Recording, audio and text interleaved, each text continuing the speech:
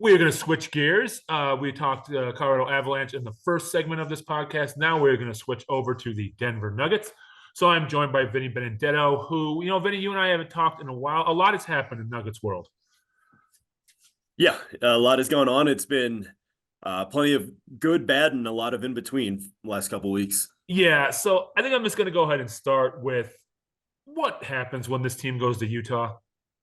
I don't know. It's like, the bad pizza that Jordan got in the playoffs 25 years ago is the Nuggets pregame meal in Utah every time they go there. And it was, last night's game, they lose 124 to 111. It didn't even feel that close. I don't know, I don't know how you got, but I got the sense, from the first quarter, I'm like, they're just not going to win this game tonight. Yeah, Utah started like 5 of 7 from 3, and it just felt like one of those nights where, the Nuggets felt like pretty decent shots, but they just didn't go, whereas Utah was, getting good shots and making them. Just wasn't the Nuggets night last night. And it's crazy to think that the only win that the Malone era has had in Utah is when they had the 7 guys. The great 7 or whatever, however we remember that night. Yeah. Yeah. Maybe they should have left a couple of those guys at home last night. All right, so let's talk about more positive stuff. It has been a little bit of a weird stretch for the Nuggets. They got blown out at home by OKC, but they did beat Golden State in that game with Jokic's game winner. But then they lose the next night with Orlando at home. So, I mean, what has kind of been going on? It's just kind of been up and down here for about the last 6-7 games. Yeah, and it's like Nikola Jokic has been consistently pretty great, and his number 2 has changed on the given night. It's like we've seen Jamal Murray have really good games, and then other nights he hasn't been very efficient or hasn't been making very good decisions. We've revisited Michael Porter Jr.'s fourth quarter shots, or there have been a few more games where he has. It feels like he has 10 points late in the first quarter, and he's finishing games with 14 or 16 points. It felt like there was a stretch where, they were kind of letting him cool off after hot starts. I think, as we touched on a little bit before recording, Aaron Gordon was in and out of the lineup there for a stretch. So just, it feels like there have been a few different issues that have popped up over the last couple of weeks, a few different times. And not to say this around Aaron Gordon, but these are kind of the dog days of the NBA season. Yeah, we were talking to Michael Malone a couple of probably about a week ago, and he was like, you really have to compartmentalize the NBA season. Like it's the start of the season, then you make it to Christmas.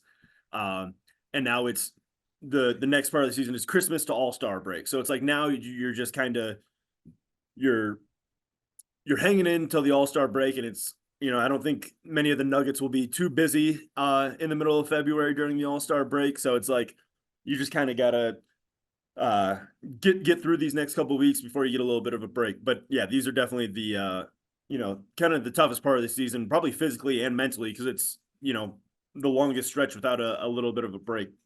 You mentioned the All-Star break there, and there's been a little bit of a push for Jamal Murray again. I mean, we know Jokic is going, who doesn't want to, but he's going. But I get the push for Jamal Murray, but I just think the numbers are against him. Yeah, and I mean he's not, the second round of fan voting was released this morning. He's still not in the top 10 amongst Western Conference guards. And then, I mean, we've done this a few times where you start naming the locks as far as Western Conference guards, and it just gets real crowded real quickly. Then you factor in the amount of games he's missed. And, then this last week, it's like there have been a few games where he absolutely looks like an all-star. And then there are other games, kind of like last night where it's the numbers just aren't there. Yeah, and last night you could tell was one of those weird nights where I don't know if he was forcing it, but he was really he drive in the lane and there's 3 guys and he just throw it, and he seemed a little off. I mean, again, maybe it's just Salt Lake City. I don't know. Yeah, and it just feels like since he came back from the hamstring and ankle injuries, he played really well for a stretch, and it was like he really wanted to make sure that he was able to continue that stretch. I wouldn't say forcing it, like you said, but he was just adamant about trying to continue a stretch of strong play and not necessarily just making the right play every time, I guess. Yeah. So let's go. I want to circle back to Michael Porter Jr. there, because you had a story about those hot starts, and then he just kind of I don't know. You don't even know if he's on the court or not. What Yeah. do you just think like are the Nuggets relying too much on the two-man game late in the game, or is it just kind of? I mean, I know sometimes Malone takes MPJ out for defensive purposes. There was that Yep. one game when did Peyton Watson close the Golden State game? Was that game? That feels, yeah, because Mike was on the bench when Peyton hit that. Yes. Peyton's corner three with a couple minutes left was a really big spark, and then I think people were really encouraged by Mike's reaction on the bench where he was up clapping, smiling, not some of the body language we've seen before when he hasn't closed games. So, I mean, is this kind of just who Michael Porter Jr. kind of is? Like he's that. I still remember the playoffs a couple years ago when they didn't have anybody but him and Yeah. Nikola Jokic, and he scored like 25 points in the first quarter against Portland. Yeah. He just kind of seems to be that kind of player, and I don't know, maybe he's just not getting open late.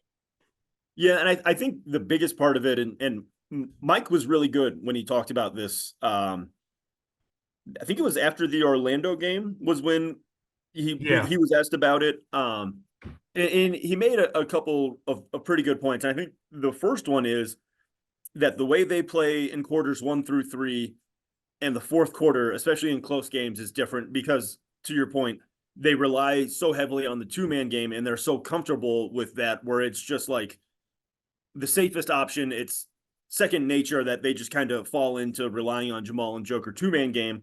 But I think the next evolution of that is I think the two-man game would be even harder to guard if they mixed in an MPJ dribble handoff. yeah. Like you can there's an element of MPJ Joker two-man game that I think could elevate this even further because when when you're running a dribble handoff with Joker and MPJ, a defender's got to really make a decision to go over the handoff and stay with Porter, or if he goes under, it should be an uncontested three for MPJ, and we've seen how deadly he can be if you give him open shots like that. So I think there should be a little bit more of an emphasis, especially when he's starting games, 5 of 7 from the field and 3 of 4 from deep to keep him involved because he's such a talented shooter that it's kind of a waste when he gets uninvolved late in games. Well, and then last night was weird because they mentioned this on the broadcast, and I'm sure you said, didn't he not take his first shot till like the second quarter? That It feels was right. it was Yeah. late. Yeah, it was a weird. So let's do something more positive. And again, I want to say that the Nuggets are one game out of the top spot in the Western Conference. So Yep. you Yep. know, And the schedule is going to get a little more favorable for Denver. Malone has mentioned it a few times where it's like we've played 9 back-to-backs and yeah, like Minnesota and OKC have combined for like 4 back-to-backs. So it's not like the rest of the Western Conference is running away from no. Denver. The schedule is going to get more favorable. Nuggets had the shortest offseason, so there are little blips that I think can be concerning, but there's no need for people to overreact to a couple losses in December and early January. Yeah, so I want to ask you. We've seen a lot of Nikola Jokic game winners. What do you rank that one last week? Oh, it's got to be Up there. top, it's got to be top 2. Like, um, just the improbability of it. Yeah. Like, and watching it live, I was just kind of like, they had more time to get off a better shot than that, and then it was like, okay, well, yeah, but yeah, that's got to be up there. I remember last season he hit that one against Orlando. I was at that game as a fan with my family actually, and that was one of those two where like nothing is happening. He's just at the top of the key, and it's one of those I'm just going to shoot it, and he just Yeah, I'm shoots gonna it and it goes in. Yeah, just take a step back 3. Yeah, yeah. I think it was over Paulo, maybe even it was ridiculous. Yeah. So this upcoming schedule for them a little bit. They're home New Orleans on Friday, another ESPN game, then yep. Indiana, and then they head out on the road for a pretty tough East Coast trip. Yeah, and yeah, this is gonna be really really interesting because the Pelicans are playing great ball. Like they've Yeah. just blown out, I think, the Warriors and the Suns in the last couple of games and are streaking a little bit. And I think they're sneaky a really tough matchup for the Nuggets. They've got a lot of different defenders on the perimeter and inside, and then we get Bruce Brown's ring night, Oh and yeah. if Ish Smith's ring night was any uh any sign. Like, I think the Nuggets have kind of struggled on. I mean, there's only been a few of them, but Jeff Green's ring night, Ish Smith's ring night. It feels like they have at least struggled to start those games. Just with all the emotions, and they all talk about how close that group still is. But yeah, and then that road trip is a beast. Philly, Boston are on there, so there's going to be plenty more points of conversation to be had in next 7 or so games. Yeah, and both those games are nationally television too, and that's how that starts the trip: the Tuesday in Philly and then the Friday in Boston. And Boston beat Minnesota last night in a great game actually. Yep. So, you mentioned Bruce Brown there. How about that? How do you feel about the emergence of Peyton Watson? He seems to be getting more and more trusted as the season goes on. Yeah, like we knew there were a few things we knew about Peyton coming in the season that he's the defensive potential was super high. But I think this year, like his 3-point numbers in the last Yeah. 10 or 15 games have to be pretty high. And I think that's got to be, if that's sustainable, if he's able to become, a 35% 3-point shooter, that elevates his ceiling to a pretty wild place. And as him closing games has indicated, he's quickly gained Michael Malone's trust where, early in the season, if you told me the Nuggets make a change to their closing lineup to add more defense, I think a lot of people, myself included, would have said, hey, Christian Brown is going to be that guy that's going to be in closing games. But this year when Malone has looked for more defense to close out close games, he's going to Peyton Watson. I think that's just a statement of how far he's come in a really short time. I already saw some trade deadline talk on some websites, but they really can't do. I don't think there's anything they can do, to be honest. Yeah, certainly I wouldn't expect any big moves. No. I don't think you mess up the starting five. And then it gets down to, it's going to be really tough to make a significant upgrade. Just they don't have any of those like middle-sized contracts Right. on guys that are kind of trade friendly or guys that they're looking to trade.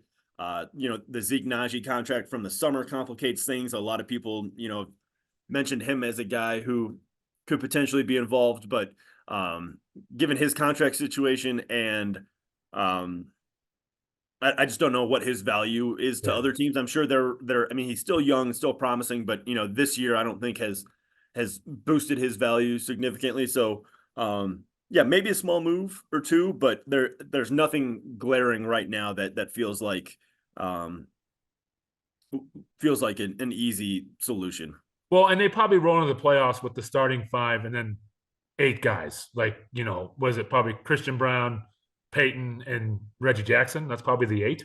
Yep. I mean, last year we saw Aaron Gordon was the backup 5, and unless they get matched up with a team like Utah where they're bringing Walker Kessler off the bench, if that's still the case, maybe you need to include a DeAndre Jordan there. But yeah, that top 8 I think right now is pretty secure.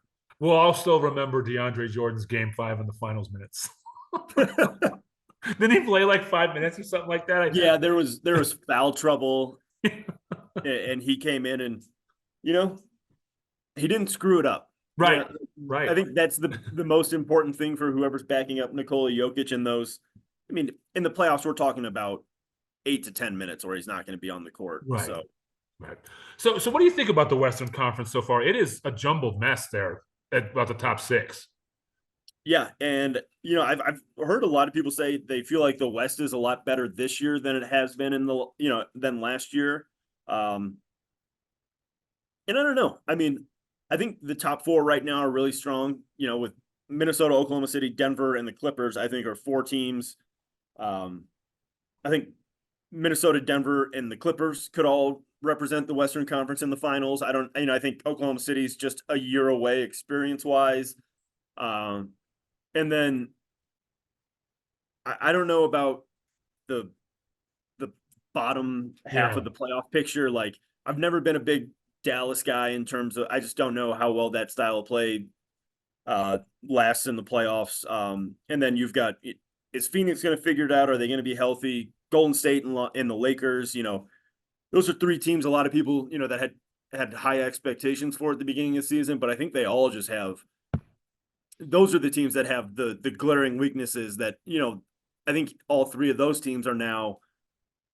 Do they get involved in a Pascal Siakam situation or Zach LaVine? Are those the kind of moves that could elevate? Or I think those are the kind of moves we're talking about that would need to be made for one of those three, kind of older